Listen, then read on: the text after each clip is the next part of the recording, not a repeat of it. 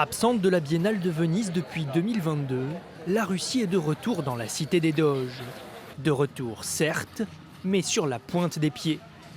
Le pavillon de Moscou ne sera pas accessible au grand public et son exposition a seulement été ouverte à la presse le temps de l'avant-première de l'événement. Mais cette présence suffit à embraser le monde de l'art contemporain. À quelques mètres de là, les artistes ukrainiens en pleine installation sont indignés. C'est une immense hypocrisie de leur part de participer. Je veux dire, ils prétendent que l'art est au-delà de la politique, mais ils utilisent l'art comme une arme dans une guerre hybride en Europe. C'est donc complètement fou qu'ils soient ici.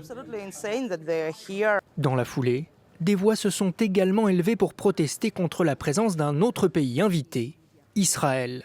Face à la polémique, le jury décide d'exclure d'office la Russie et l'État hébreu du palmarès en raison des mandats d'arrêt de la Cour pénale internationale visant leurs dirigeants.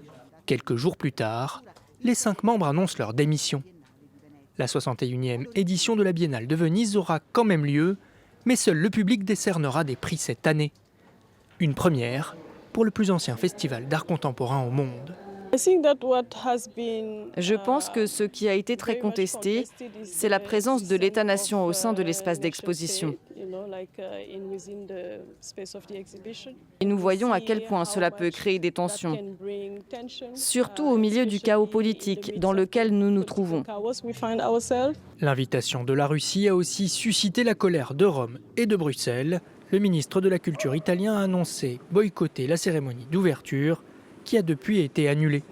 La Commission européenne menace de son côté de supprimer 2 millions d'euros de subventions au festival.